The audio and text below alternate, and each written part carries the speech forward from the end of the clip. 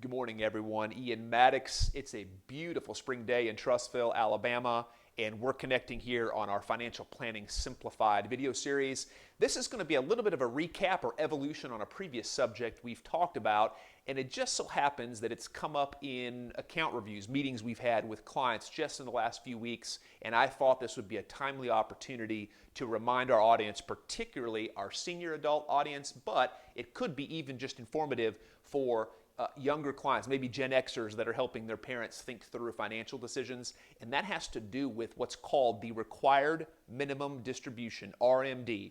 In the last 4 years, we've had some legislation that has come through that has changed what was kind of the standard 70 and a half years of age is when the government, the IRS, required you to begin taking distributions from qualified accounts. So things like IRAs, 401k, 403b. There's some variation on rules there depending on your employment situation, but just as general concept, at some point the IRS says, hey, you're not going to be around much longer. We gave you this benefit in these accounts. We now want you to take a distribution so the taxes are released out of them.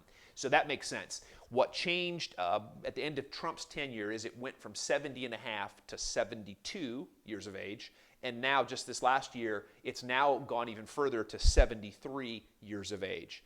So if you were thinking that you needed to do it at 72 and you're not quite there yet, you still have another year that's been added on to the back end of it. The thing that I really wanted to bring up, though, this is an interesting subject. There is another option that folks have. If you are charitably minded, if you're someone that tithes at church or perhaps has nonprofits they like to support, there is something called a qualified charitable distribution, a QCD. A QCD can be merged or synergized with your RMD, which is kind of neat, and you get an extra tax benefit. And the way that you do that, you have to take the RMD.